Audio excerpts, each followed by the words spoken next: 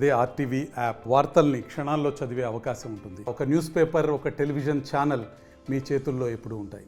నిన్న నేను వ్యక్తిగతంగానే ప్రకటన చేయడం జరిగింది.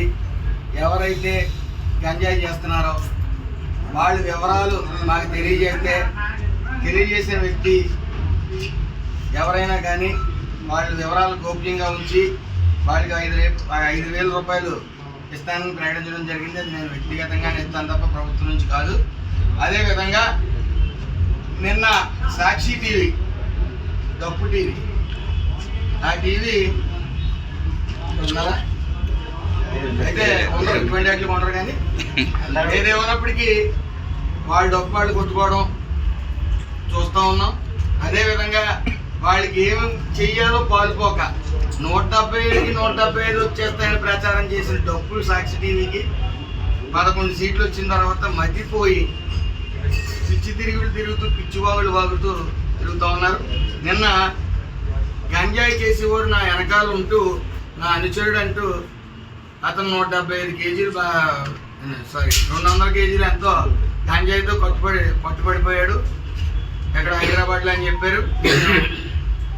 ఈరోజు చెప్తా ఉన్నాను, అతను కానీ వాళ్ళు కానీ నా అనుచరుడు పట్టుబడ్డాడని నిరూపించగలిగితే నేను ఈరోజే మంత్రి పదవికి నా ఎమ్మెల్యే సభ్యత్వానికి కూడా రాజీనామా చేయడానికి నిశ్చితం.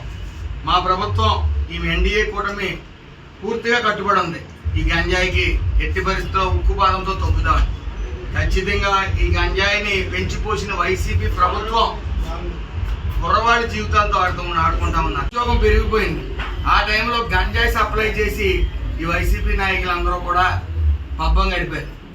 మరి ఈరోజు వాళ్ళకి గంజాయి నుంచి ఈ ఆదాయం కానీ అలాగే అవినీతి నుంచి ఆదాయం కానీ రాకపోవడంతో ఈ సాక్షి టీవీని ఎత్తుకుని బ్లాక్మెయిల్ రాజకీయాలు చేస్తూ ఉన్నారు.